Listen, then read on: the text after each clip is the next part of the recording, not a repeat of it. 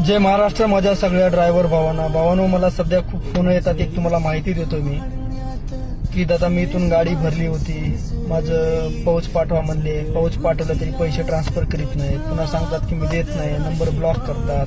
मग मी फोन केल्याच्या नंतर भरपूर जणांचे पैसे काढून दिलेत, पण ते पुन्हा नंतर माझा पण नंबर ब्लॉक करतात. ऍड्रेस माहीत नसते आपल्याला.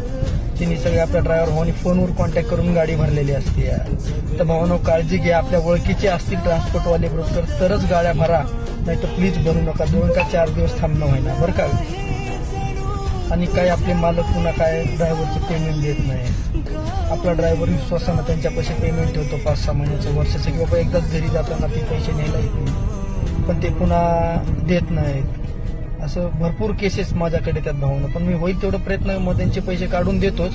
पण माझं सांगणं आहे की तुम्ही काळजीपूर्वक महिन्याला पेमेंट घ्या आणि ओळखीच्या असतील तरच गाड्या भरा. जय महाराष्ट्र.